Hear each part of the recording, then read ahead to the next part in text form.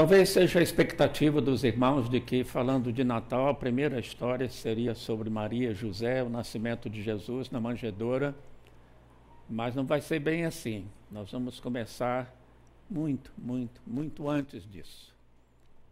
Na verdade, não tem começo essa história. Curioso dizer que a história não tem começo, mas vocês vão entender já já. Nós queremos, antes de ler o texto bíblico, dar uma introdução, um contexto e, antes de tudo, fazer uma oração, pedindo a bênção de Deus para esse momento de reflexão bíblica. Nosso desejo é que a recordação dessas histórias tão conhecidas, pelo menos a parte principal, avive a nossa fé no Senhor Jesus, avive o nosso amor a Jesus, a nossa obediência a Jesus. Nós evangélicos, principalmente os que nasceram num contexto evangélico,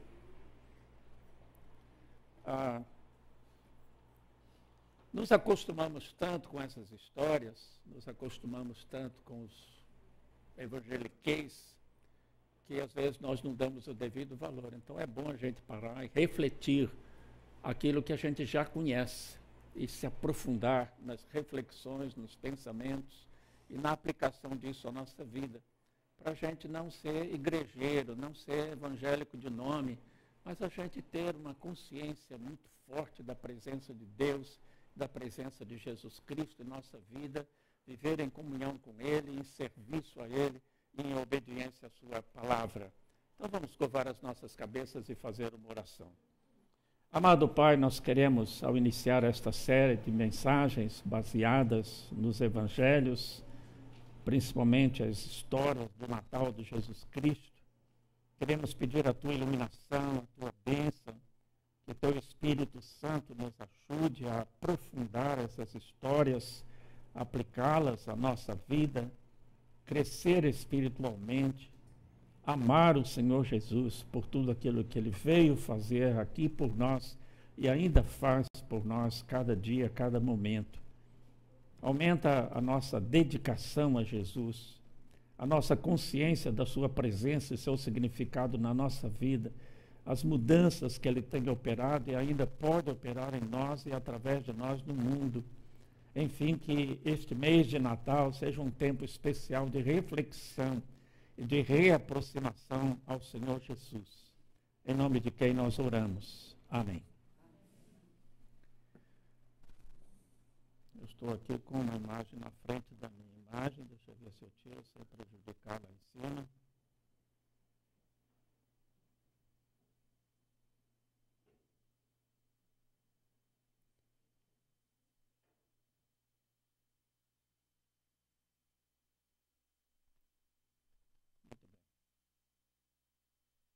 Então, essa história, a história do Natal, ou as histórias do Natal, começaram na eternidade, antes mesmo da criação. É o principal assunto da mensagem desta noite. Eu quero falar sobre a pré-existência de Jesus. Certamente não é novidade. Há pouco a Júlia quase antecipou o meu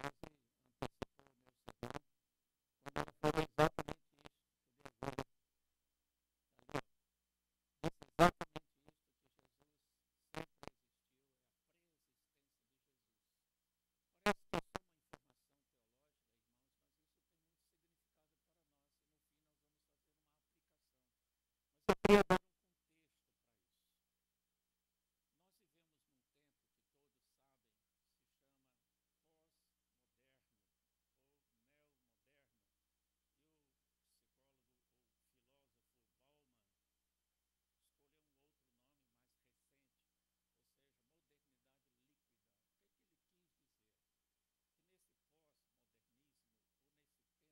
E o psicólogo ou filósofo Bauman escolheu um outro nome mais recente, ou seja, modernidade líquida. O que ele quis dizer? Que nesse pós-modernismo, ou nesse tempo de modernidade líquida, tudo é líquido.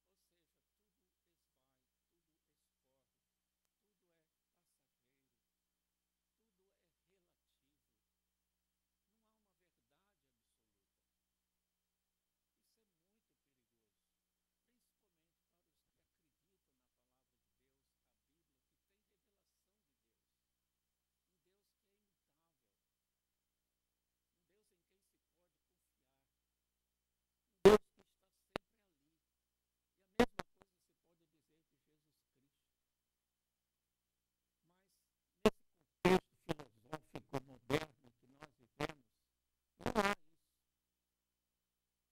verdade hoje pode não ser verdade no Brasil, pode não ser verdade nos Estados Unidos, ou na Ásia, ou na Europa. As coisas são muito relativas. O que é verdade para mim pode não ser verdade para você. Isso nos dá a liberdade de cada um pensar o que quer sobre todas as coisas, inclusive o próprio Deus, inclusive o próprio Cristo. Ouvi um judeu, na época em que foi lançado o filme A Paixão de Cristo, como judeu, ele ficou indignado com o filme, e uma das coisas que ele disse é que Jesus absolutamente não é Deus. Certamente pode ser um bom mestre, um homem de moral, mas absolutamente não é Deus. Então a gente pode argumentar como um bom mestre pode ter a ousadia de mentir, de enganar a população, dizendo que ele é Deus. Se ele diz uma mentira dessa monta, então ele não é um bom mestre. E não é um homem de moral, é um farsante. Mas o judeu é um homem intelectual que viveu nos Estados Unidos, frequentava um dos nossos pequenos grupos, apreciava os nossos estudos, mas tinha essa e outras ideias a respeito da Bíblia e de Jesus Cristo. O que era verdade absoluta para nós não era, em absoluto, verdade para ele. E será que as verdades que nós expomos aqui com base bíblica, você as aceita como verdade? Ou você faz aí um jogo de adaptação, às vezes até à cultura, ou à sua formação, ou ao tipo de fé que você tem? Não, pastor, não é bem assim. E dá um jeitinho nos textos bíblicos. Frequentei um pequeno grupo, aliás, conduzia um pequeno grupo anos atrás, já aqui no Rio de Janeiro, com cerca de 25 a 30 jovens, maioria deles não evangélica, e por força de discussão de jovens e tal, saiu o assunto de sexo e o assunto de prática do sexo antes do casamento, e eu dei algumas colocações bíblicas, e um deles, talvez o mais instruído, saiu com essa, exatamente o que nós estamos falando. Pastor, isso é muito relativo. Isso depende muito da cultura. O que é moral, o que é certo para uma pessoa, pode não ser para outra. O que é certo aqui não é certo lá no Japão. Exatamente as palavras que ele diz. Então esse é o tempo em que nós vivemos. Nada de verdades absolutas do tipo, a Bíblia é a única e inspirada palavra de Deus. Isto é ou não é essencial para nós? Isso é essencial para nós. Outra verdade essencial, independente de cultura. Jesus Cristo é o caminho, a verdade e a vida. Texto bíblico. Será que nós cremos, irmãos, a despeito da filosofia que nos cerca, da relatividade que nos cerca, será que nós afirmamos de boca cheia, com plena convicção, sem ter vergonha disto, Jesus Cristo é o caminho, Ele é a verdade, Ele é a vida, isso é absoluto. E nós não podemos abrir mão disso como cristãos. Exatamente isso escreveu o grande escritor e pastor, já falecido há poucos anos, John Stott. O que as pessoas querem é um sincretismo fácil, uma mistura do que há de melhor em todas as religiões. Parênteses, e nós estamos vendo aí algumas igrejas ditas evangélicas pregando e vivenciando um sincretismo religioso. Evangelho, catolicismo, até umbanda, espiritismo, superstições, tudo misturado. Nós cristãos, porém, não podemos abrir mão nem da supremacia, nem da unicidade de Jesus Cristo. Simplesmente não existe ninguém que seja igual a ele. Ele é o mediador, o único, entre Deus e a raça humana. Esta afirmação da exclusividade de Jesus tem produzido ressentimentos amargos e profundos. Muitos a consideram intoleravelmente intolerante, mas por amor à verdade, nós temos que mantê-la, por mais ofensa que possa causar. Quem disse isso foi o pastor da Rainha Elizabeth da Inglaterra, pastor por muitos anos na abadia do Westminster, escritor de muitos livros, inclusive de um excelente livro, talvez um dos seus principais, sobre ouça o mundo, ouça o espírito. Ouça o que o mundo, a cultura tem a dizer, mas ouça o Espírito Santo. E a qual dos dois daremos mais atenção? Ele está se definindo. Causa ofensa aos seculares, a esta cultura, você anunciar, proclamar uma verdade assim tão absoluta a respeito de Jesus Cristo. Mas se somos cristãos, nós confessamos que Jesus Cristo é o Filho de Deus, é o Salvador do mundo, é a resposta para os problemas deste mundo. Além disto que foi dito, modernidade líquida, essa cultura neomoderna, nós temos entre os próprios protestantes, entre os teólogos, o movimento chamado Jesus histórico, a busca do Jesus histórico. Esses teólogos fazem um esforço, um malabarismo até científico para provar ou não provar a existência de um homem chamado Jesus no primeiro século, nascido em Nazaré, nascido de uma mulher chamada Maria, e eles não creem no nascimento virginal de Jesus. E como eles fazem um estudo científico, eles dissecam as Escrituras, eles cortam várias partes das Escrituras, certas afirmações que Jesus fez, inclusive se identificando como Deus, e milagres que Jesus fez que eles negam, porque têm uma mentalidade científica e não aceitam a revelação do sobrenatural. Isso entre teólogos ditos protestantes. Eles não confessam aquilo que nós confessamos quando fazemos a nossa pública profissão de fé. Aquilo que os pastores e presbíteros, quando ordenados diante de uma igreja ou do presbitério, confessam. Eu creio nas Escrituras do Velho e do Novo Testamento, 66 livros, são a palavra de Deus, nossa única e infalível regra de fé e prática. Você que já fez a sua pública profissão de fé em alguma igreja, você renova, você refaz esta sua confissão de fé, você ainda crê que as Escrituras do Velho e do Novo Testamento são a palavra de Deus?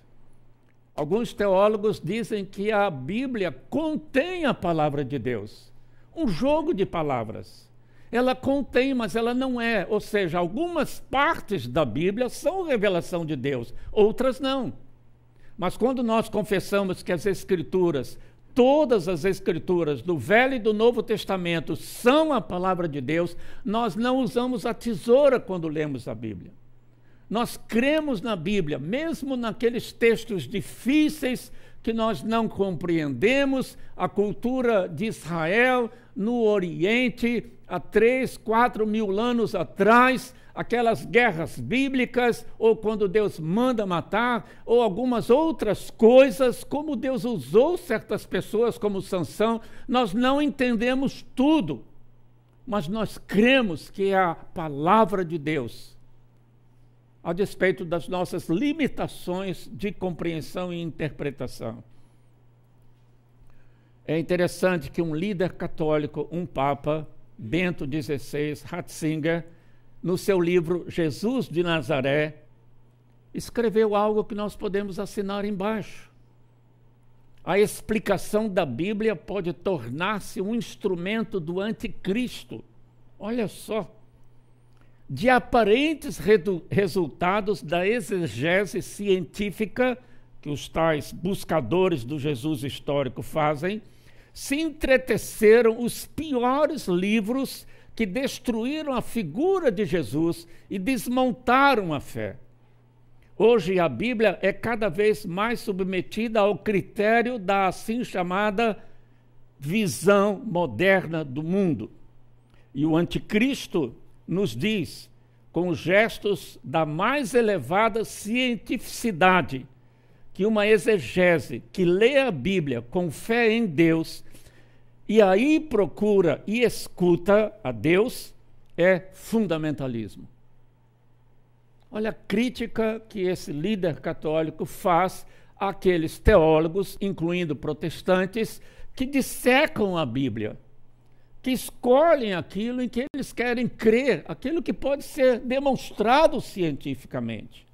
Isso destrói a fé e destrói a imagem que a Bíblia nos dá de Jesus Cristo.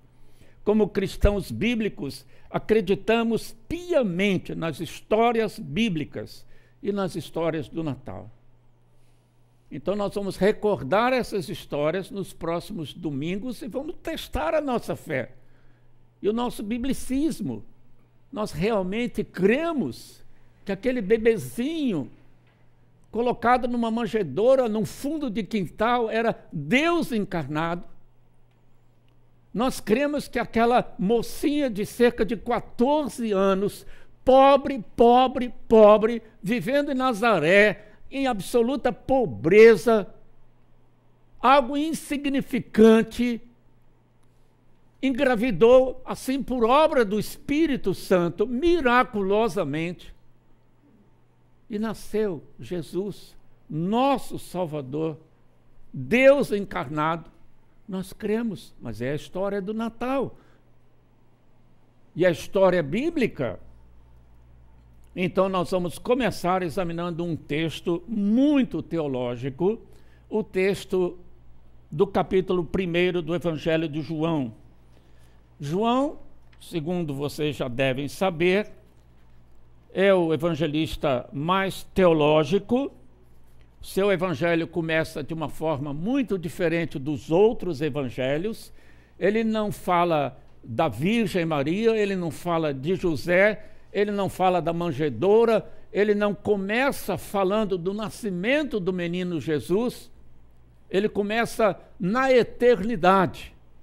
Ele começa com essa primeira história de Natal, que afinal mostra que não teve começo essa história, pois é eterna. Os outros evangelistas são chamados sinóticos, visto em conjunto, visto sob o mesmo foco, Mateus, Marcos e Lucas, porque eles se parecem mais. E somente Mateus e Lucas narram essas histórias do nascimento do menino Jesus, na manjedoura, José e Maria e etc. E depois vamos examinar isso. Marcos começa com o batismo de Jesus por João Batista, e o João começa muito teologicamente lá na eternidade. Eu vou ler aqui nessa versão transformadora, que é uma versão mais recente que essa que vocês têm aí, que é a NVI, nova versão internacional. Mas se quiserem pode acompanhar, é bem parecido. No princípio, vejam só, no princípio, aquele que é a palavra, a versão tradicional diz o verbo, aquele que é a palavra já existia.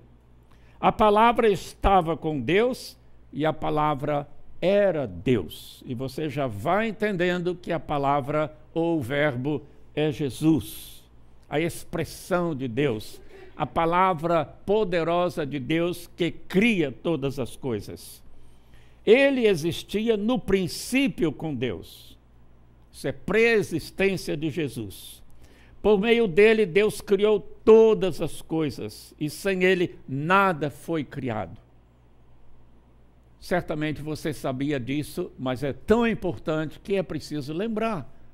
Jesus estava com o Pai, o Deus Filho, Jesus estava com o Pai na criação do mundo. E ele criou todas as coisas junto com o Pai. Sem ele, nada foi criado. Aquele que é a palavra, Jesus, possuía vida, vida em si mesmo. E sua vida trouxe luz aos homens. A luz brilha na escuridão, e a escuridão nunca conseguiu apagá-la. Deus enviou um homem, e agora, como num parênteses, Jesus fala de João Batista. Deus enviou um homem chamado João para falar a respeito da luz, a fim de que, por meio de seu testemunho, todos crescem. Ele não era a luz, o próprio João, mas veio para falar da luz. Aquele que é a verdadeira luz, que ilumina a todos, estava chegando ao mundo. Veio ao mundo que ele criou, mas o mundo não o reconheceu. Veio a seu próprio povo, os judeus, e eles o rejeitaram. Mas a todos que creram nele e o aceitaram, ele deu o direito de se tornarem filhos de Deus. Estes não nasceram segundo a ordem natural, nem como resultado da paixão ou da vontade humana, mas nasceram de Deus. Assim, a palavra se tornou ser humano, ou o verbo se fez carne e osso, e habitou entre nós. Ele era cheio de graça e verdade, e vimos a sua glória, a glória do Filho único de Deus. Até aí. Então nós vamos examinar esta passagem. Basicamente, o que é que João está dizendo?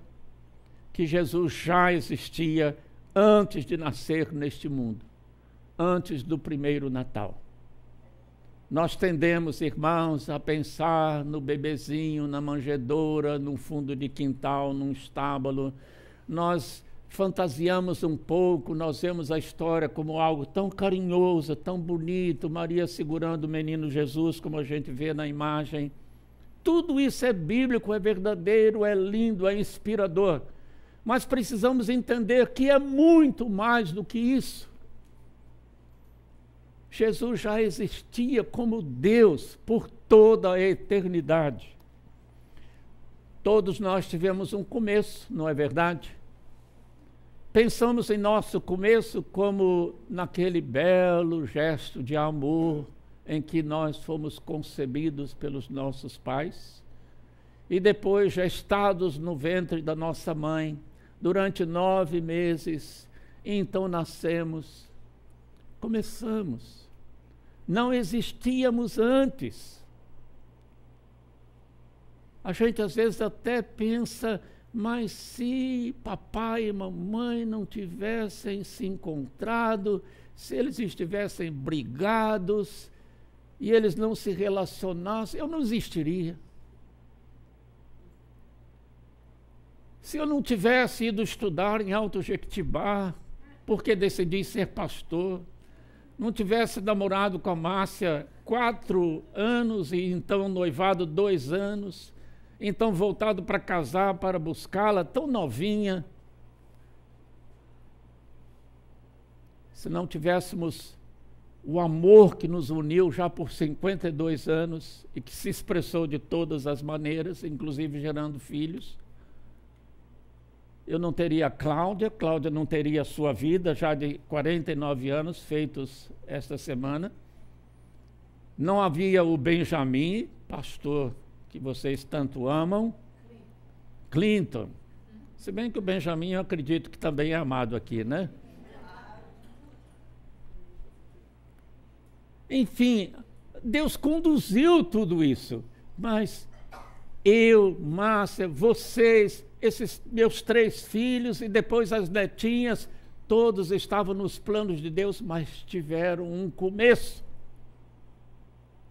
Eu comecei no século passado E eu só digo isso porque nós estamos iniciando um novo século.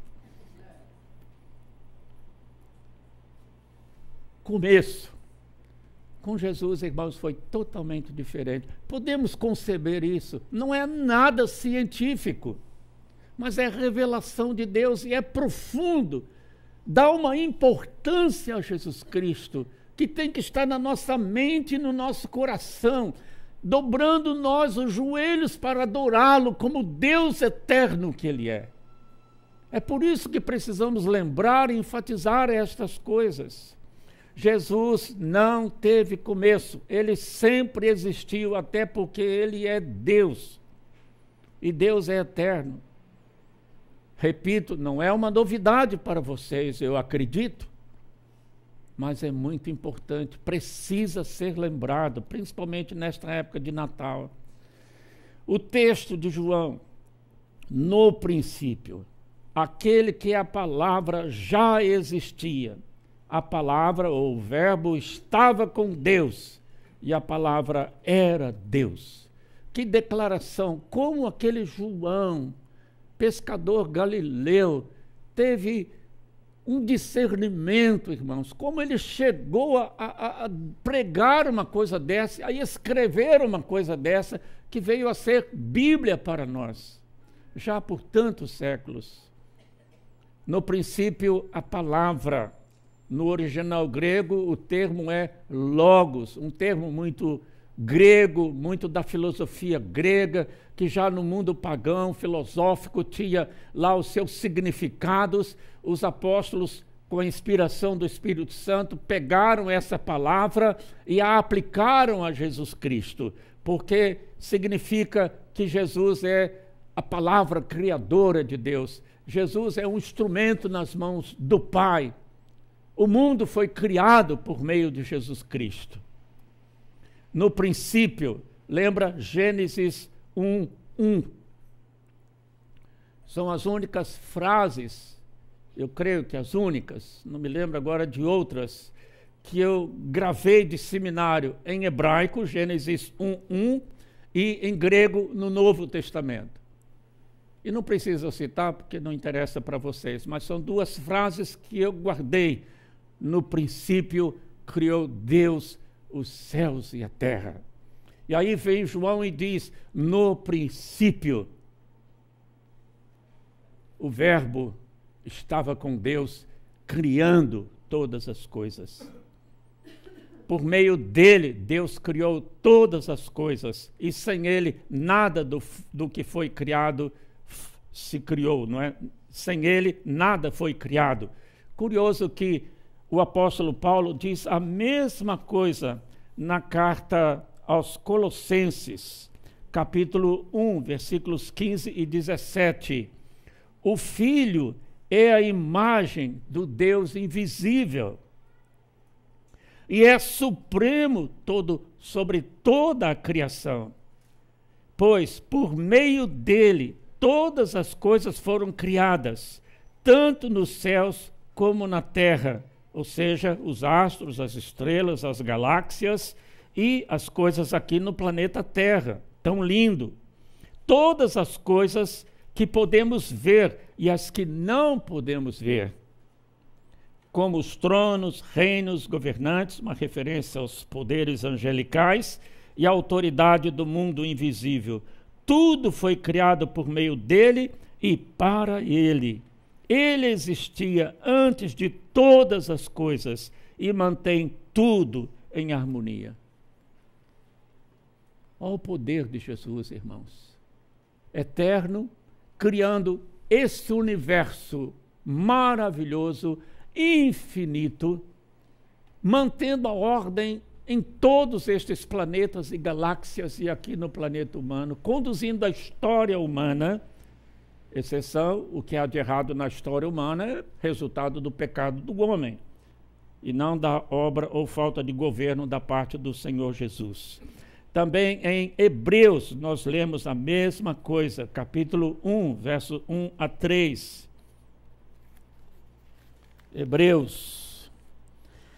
Por muito tempo Deus falou várias vezes, de diversas maneiras, a nossos antepassados por meio dos profetas, uma referência ao Velho Testamento. E agora, Novo Testamento, nestes últimos dias, ele nos falou por meio do Filho, o qual ele designou como herdeiro de todas as coisas e por meio de quem criou o universo. O Filho irradia a glória de Deus, expressa de forma exata o que Deus é e com a sua palavra poderosa sustenta todas as coisas. Então nós vemos as afirmações no prólogo de João, nós vemos que o apóstolo Paulo repetiu as mesmas verdades absolutas e o autor da carta aos Hebreus também. João continua: aquele que é a palavra possuía a vida, e sua vida trouxe luz a todos. A luz brilha na escuridão, e a escuridão nunca conseguiu apagá-la. Veio ao mundo como luz, iluminou esse mundo trevoso, e o pecado do mundo, a escuridão moral do mundo, nunca foi suficiente para apagar a mensagem do Evangelho, a luz que brilha em Cristo Jesus. João se refere à vida física e também à vida espiritual. Nós existimos fisicamente porque Deus assim nos mantém vivos através de Jesus Cristo. E nós temos hoje, depois da conversão, porque antes estávamos mortos em delitos e pecados, mas quando nos convertemos a Jesus Cristo, recebemos a chamada vida eterna.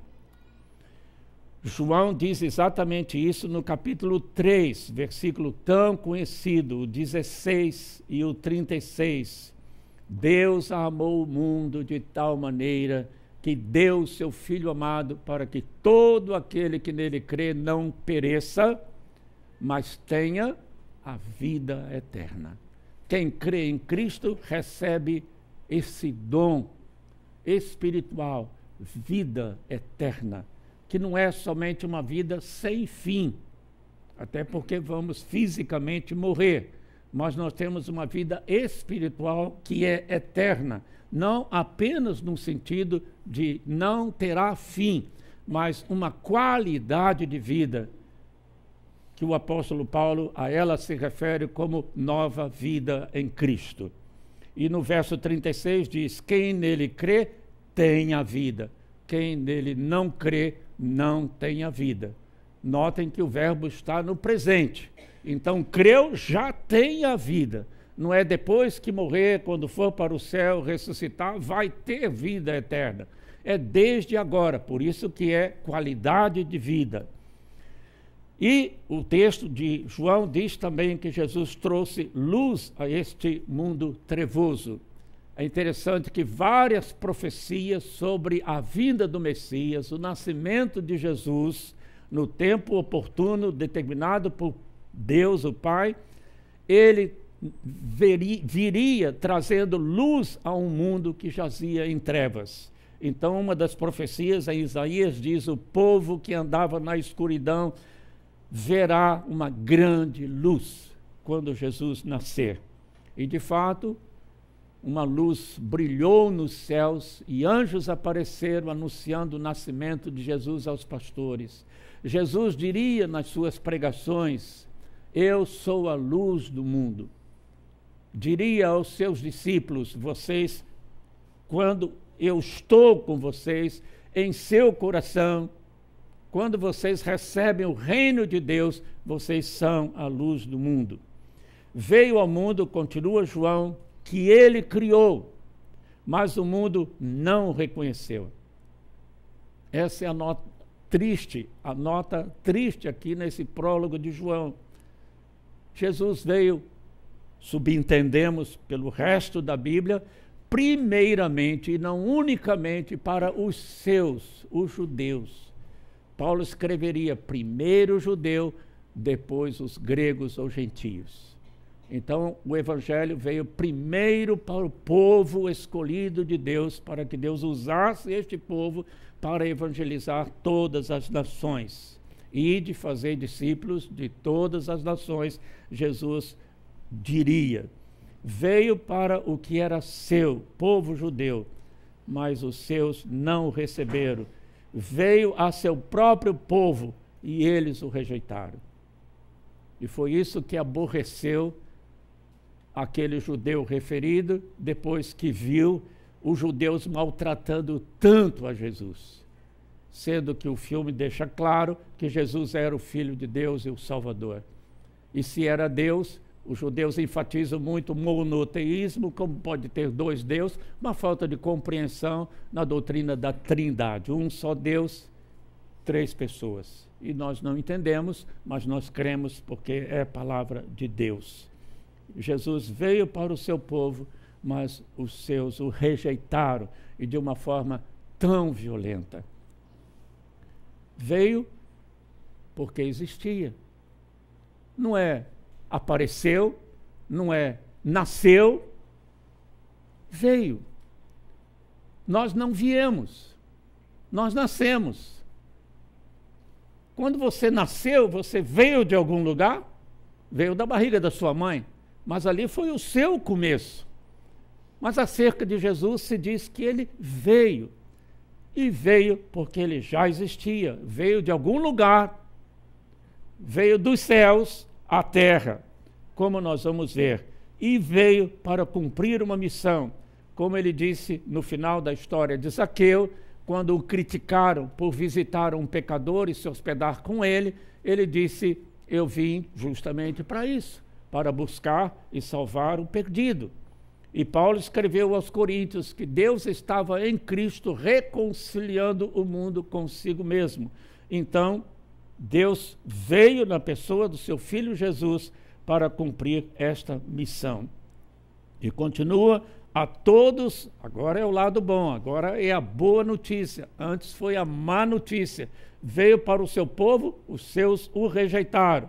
Então, como que o leque se abriu, incluindo os gentios, todos os que creram nele e o aceitaram, ele deu o direito de se tornarem filhos de Deus. Uma coisa que precisamos entender e ter cuidado quando alguém nos diz: eu sou filho de Deus, e você imprudentemente diz: não, você não é filho de Deus se você não creu em Jesus Cristo. Num certo sentido de humanidade, todos são filhos de Deus, porque todos foram criados por Deus em Cristo. Mas nos tornamos espiritualmente filhos de Deus quando cremos em Jesus Cristo. Como na história do filho pródigo, ele saiu da casa do pai, perdeu-se no mundão, caiu em si, arrependeu-se e voltou e disse para o seu pai: não sou digno de ser chamado teu filho. O pai, cheio de amor e perdão: você é meu filho, e mandou colocar nele o brasão da família. E deu uma grande festa. Este meu filho estava morto e reviveu quando voltou para casa. Então todos foram nos propósitos de Deus criados para ser filhos de Deus.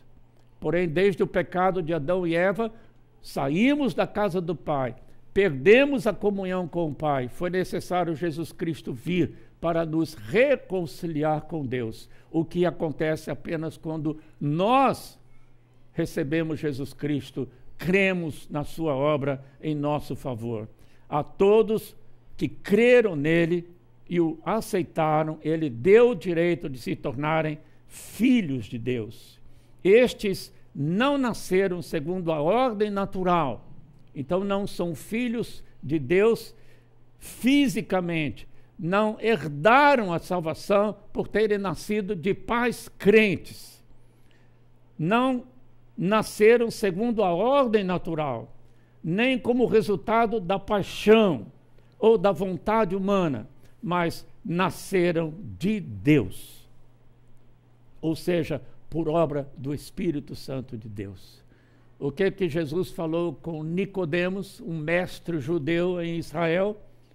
Nicodemos, religião você tem, caráter você tem, conhecimento da Bíblia você tem, Mas falta ali uma coisa, você precisa nascer de novo. Nicodemos não entendeu, levou para o lado da paixão humana, levou para o lado da relação sexual, levou para o lado de nascer de uma mulher. Como pode um homem idoso como eu voltar ao ventre materno e nascer segunda vez? Jesus disse: Nicodemos, você não entendeu nada, eu estou falando de uma obra espiritual. O poder do Espírito Santo agindo na sua alma, ajudando-o a crer em mim como o Messias, o Salvador, o que pode perdoar seus pecados. E, evidentemente, vemos lá na frente do Evangelho, Nicodemos creu em Jesus, nasceu do Espírito. Referência antecipada à obra regeneradora, regenera, gera de novo. Não fisicamente, mas espiritualmente, regeneradora do Espírito Santo. Que bênção e privilégio é o nosso, então, irmãos. Se nós somos crentes, se nós já cremos em Jesus Cristo, nós somos filhos de Deus, por uma obra miraculosa do Espírito Santo. Nós nunca nos arrependeríamos de fato dos nossos pecados. Não porque eles nos trouxeram infelicidade ou consequências ruins, porque isso o ímpio se arrepende também. Ah, não devia ter feito isso. Olha quanta confusão, quanto sofrimento, quanto prejuízo. Isso não é o arrependimento que traz salvação. O arrependimento que traz salvação é em relação a Deus. Eu estou triste com o que fiz, porque é contra a vontade do meu Deus que tanto me ama e cuida de mim. Eu o entristeci. Eu me rebelei contra ele, meu Criador. Eu crucifiquei de novo Jesus Cristo. Poderíamos usar várias expressões que significam este arrependimento. Quando ele acontece, o Espírito Santo nos regenera, traz perdão, traz paz interior, traz alegria, traz estabilidade emocional, comunhão com Deus. Que bênção e privilégio nosso, irmãos, conhecer Jesus Cristo, crer nele como Filho de Deus, o Verbo encarnado, nosso Salvador. A palavra, Jesus, se tornou ser humano, carne e osso. Outras versões dizem, se encarnou, assumiu carne e habitou entre nós. Ele era cheio de graça e de verdade. A vida bonita, sem pecado de Jesus. E nós, João está se incluindo, vimos a sua glória. Eles viram a vida de Jesus, a face de Jesus, as obras de Jesus, ouviram pessoalmente os ensinos de Jesus. Nós hoje ouvimos quando lemos a Bíblia, nós ouvimos quando alguém prega a palavra de Deus, quando o Espírito Santo nos ilumina, toca a nossa consciência, é como se Deus estivesse falando conosco, e nós vemos como tudo isso é glorioso e maravilhoso. Filipenses 2, 5 a 11 foi lido no começo do culto, fala da humilhação de Jesus e em seguida da sua exaltação. E o texto diz tão claramente que ele se fez carne, ele foi reconhecido em figura humana, e mais que isso, ele se fez servo, e foi um filho de Deus, na sua encarnação, obediente em todas as coisas, até a morte, e morte de cruz.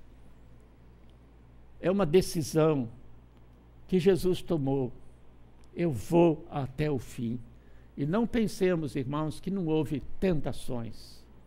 Sabemos daquelas 3 tentações no deserto, que tem que ver com ganhar o povo sem a cruz, sem o sacrifício pessoal, e Jesus rejeitou isto, resistiu à tentação.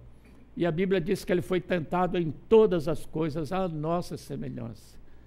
Quando caminhava para a cruz, ou quando foi pregado na cruz, os judeus que o rejeitaram e os próprios bandidos crucificados, um de cada lado de Jesus, diziam, se tu és o Filho de Deus, então prova, desce da cruz, salva-te a ti mesmo, então salva a nós, disseram aqueles bandidos. Tentação. Nós duvidamos, acaso, que Jesus podia descer? Ele que ressuscitou Lázaro, ele que andou sobre as águas do mar, ele que multiplicou pães e peixes, que fez tantos e maravilhosos milagres, não podia evitar a cruz? Podia, mas ele a encarou, porque sabia que era a vontade do Pai, foi obediente até a morte e morte de cruz. E nós, às vezes, por muito menos, algo que não vai nos custar sacrifício, nós desobedecemos a Deus na nossa fraqueza humana. Deus tenha misericórdia de nós. Jesus obedeceu para nos salvar e nos livrar do pecado, porque ele assim se humilhou, porque assim ele foi obediente. O texto de Filipenses continua dizendo: em vista disso, Deus o exaltou sobremaneira. Ele deu um nome que está acima de todo nome, para que ao nome de Jesus se dobre todo o joelho, nos céus e na terra, e confesse que Jesus Cristo é Senhor. E a Bíblia diz que aquele que se humilha será exaltado. E o exemplo de Jesus é o máximo exemplo que nós temos. Tanto ele se humilhou por amor a nós, e então Deus o exaltou de volta à glória dos céus. Ele, Jesus, enquanto encarnado, vivendo aqui entre nós, como o texto de João diz, é o Emanuel. E nós vamos ver isso mais tarde com mais detalhes, mas está profetizado em Isaías e cumprido em Mateus capítulo 1, palavras do anjo a José, quando ele quis deixar Maria, porque ela estava grávida e ele sabia: o filho não é meu. E o anjo apareceu a ele e disse: o que dela está gerado é obra do Espírito Santo. Vai nascer Jesus, o Salvador, e você lhe dará o nome de Emanuel, que quer dizer Deus conosco. Despedindo-se dos seus discípulos, na semana... Eu segurei um pouco demais aqui e saiu. Despedindo-se dos seus discípulos na semana de sua paixão e morte, o que foi que Jesus disse a eles? E essa é uma passagem muito interessante, irmãos. Eu vim do Pai. Outra vez, veio para o que era seu.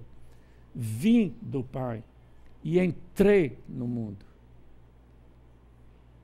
Uma vez eu estava pregando sobre esse texto e estava sendo lançado o filme Superman, aquele primeiro que despertou a curiosidade de muitos, inclusive a minha.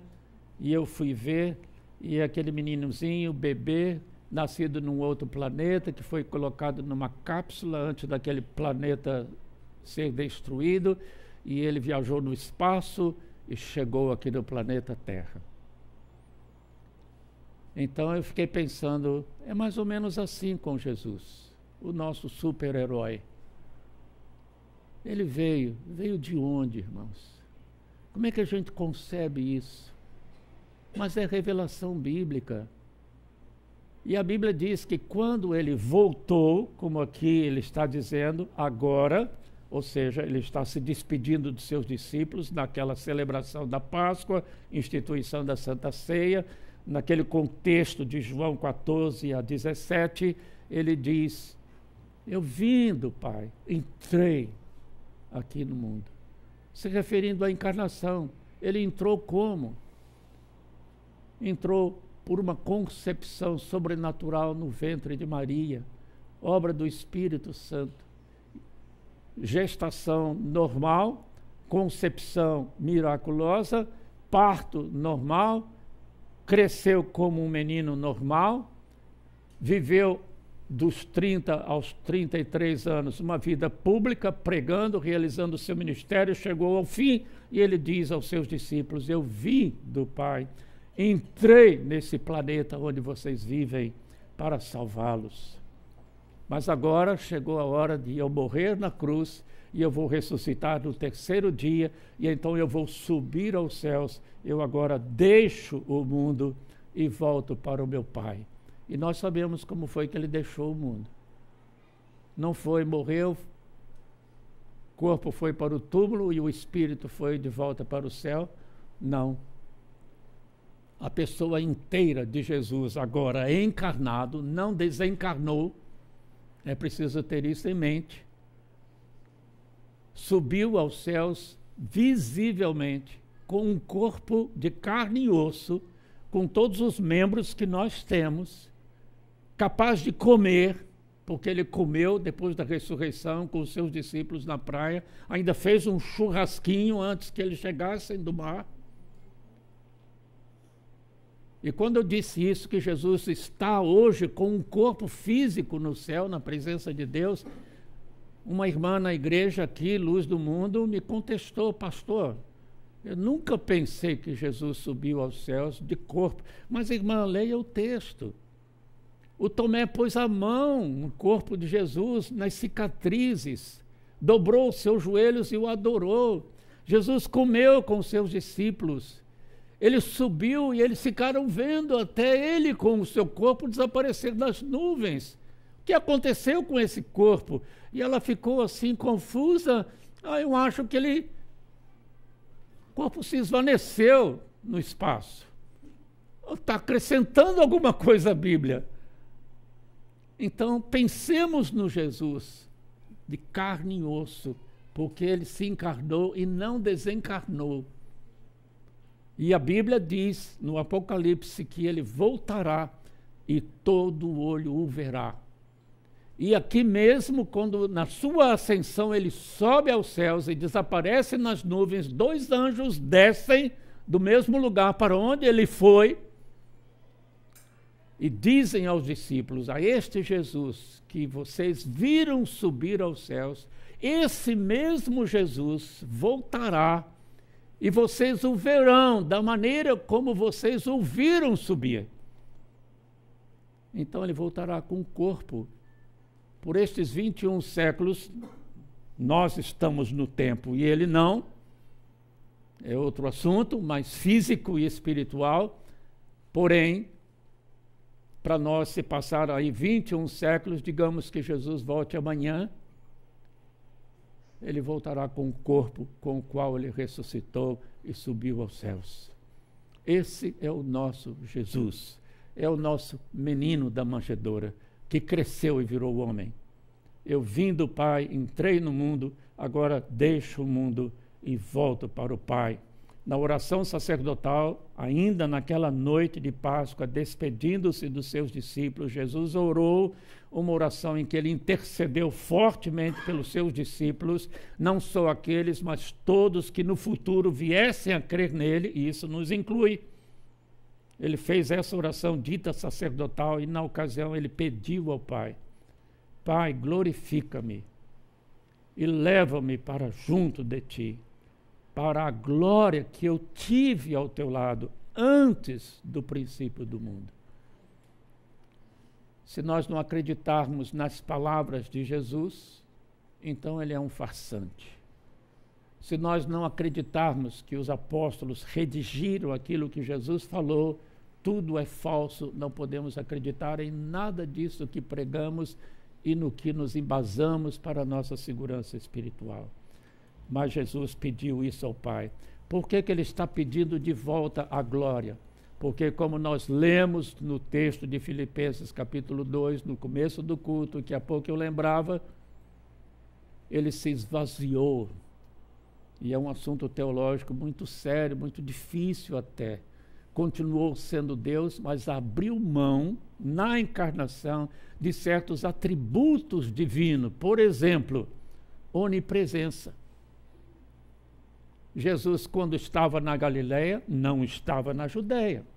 Para ir da Judeia para a Galileia, ele precisou caminhar, suar, passar por Samaria, conversar com a mulher samaritana, descansar junto ao poço.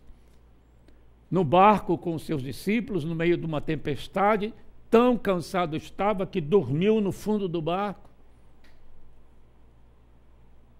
Encarnado, sujeito às limitações humanas, porém não totalmente. Então esvaziou-se daquela glória celestial, no sentido de que abriu mão de certos atributos divinos, mas continuou com o poder para fazer milagres e outras coisas mais, discernimento e tudo isso.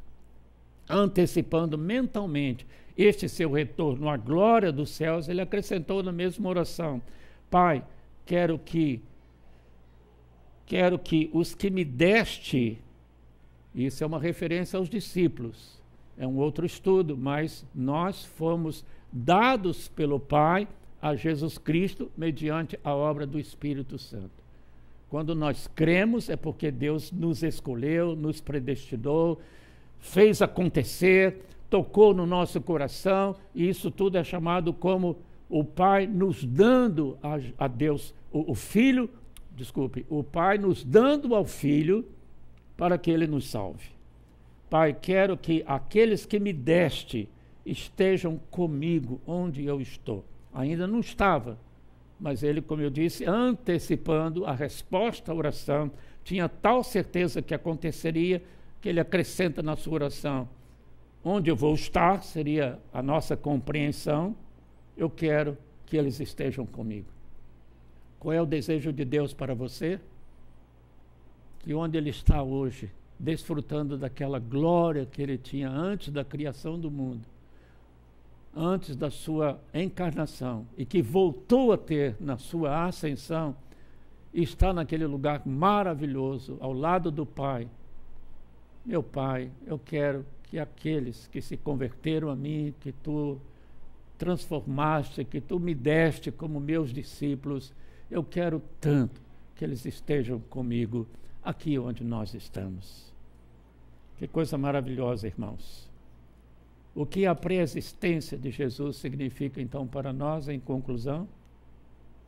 Muitas coisas poderiam ser ditas, eu escolhi duas.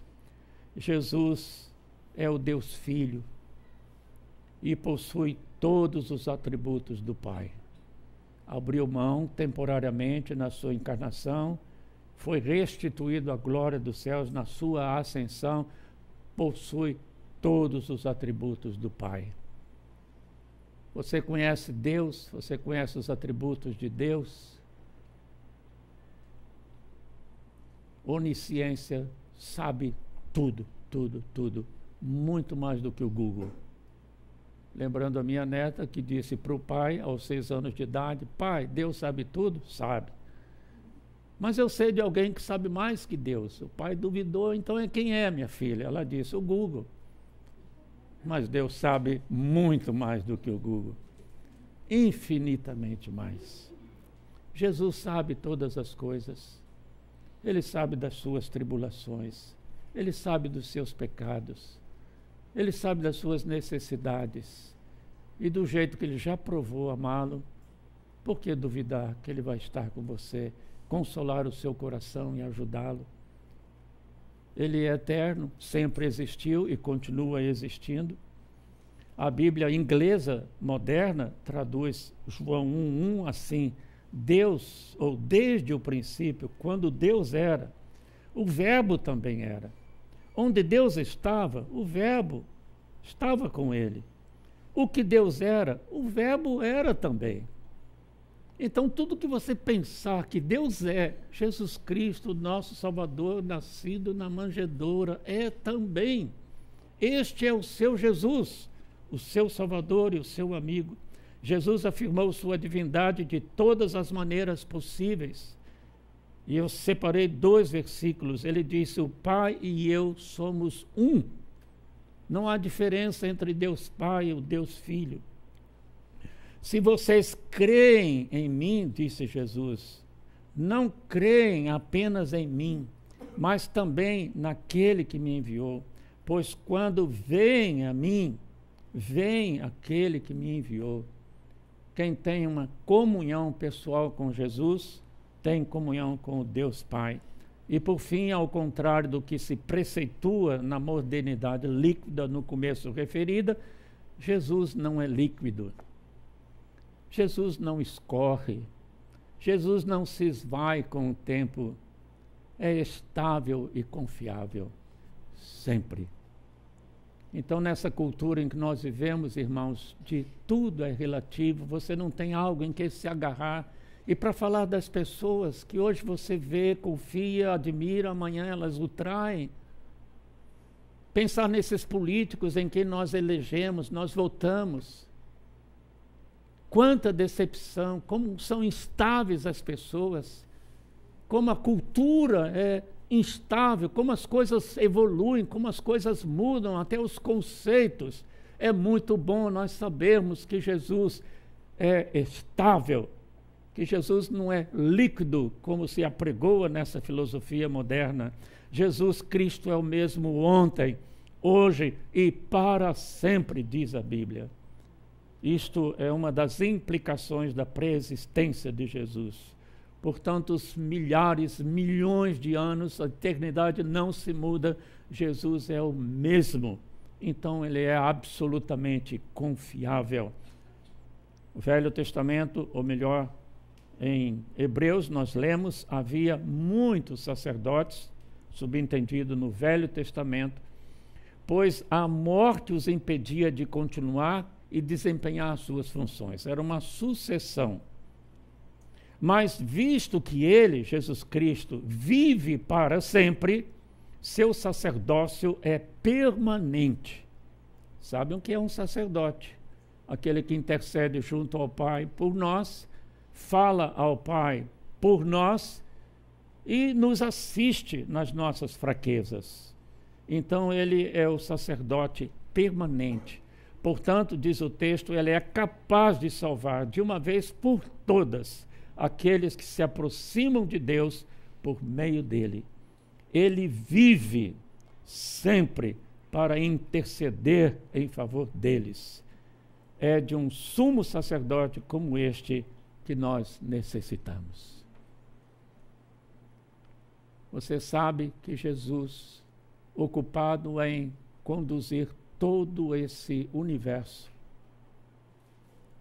bilhões e bilhões de pessoas, ele sabe o seu nome, ele sabe onde você mora, ele sabe dos seus mais secretos segredos, sabe dos seus pecados, sabe das suas boas intenções, sabe dos seus arrependimentos, sabe das suas tristezas, dos seus pesares, das suas lutas, dos seus conflitos. E ele está intercedendo nominalmente por você. Ele é eterno, ele tem todo o poder, bilhões e bilhões de nomes e de causas na sua mente não são muito para ele. Ele tem os atributos divinos, então ele pode cuidar de cada um de nós, porque ele é o bom pastor que cuida das suas ovelhas. Então, o Jesus preexistente é o sumo sacerdote de que todos nós necessitamos. As histórias do Natal começaram na eternidade, nos ensinam que Jesus é Deus poderoso, sábio e amoroso, sempre presente, absolutamente confiável. Neste Natal, então, renove o seu amor, renove a sua confiança, renove a sua obediência, renove o seu serviço a Jesus. É o apelo que nós deixamos para vocês e no próximo domingo nós continuamos com as histórias de Natal, ainda falando do que Deus fez para preparar o nascimento do menino Jesus. Eu vi um pouco do que a Tamires e a sua família fizeram antes para a chegada da Bel. Eu imagino o que a Rebeca está fazendo com o Alex, preparando principalmente o famoso quarto do bebê. Não vou contar para vocês por causa da hora do nosso quarto para a primeira filha. Tão diferente do que vocês têm hoje. Basta dizer que o guarda-roupa eu peguei no quintal da casa dos meus pais. E com as minhas próprias mãos, eu raspei, consertei, botei fechadura, pintei de azul, pensando que ia nascer um menino, e nasceu uma menina, a nossa Cláudia. Mas a gente prepara para a chegada do bebê. E Deus preparou o mundo para a chegada de Jesus. E será o assunto da próxima mensagem. Deus nos abençoe. Vamos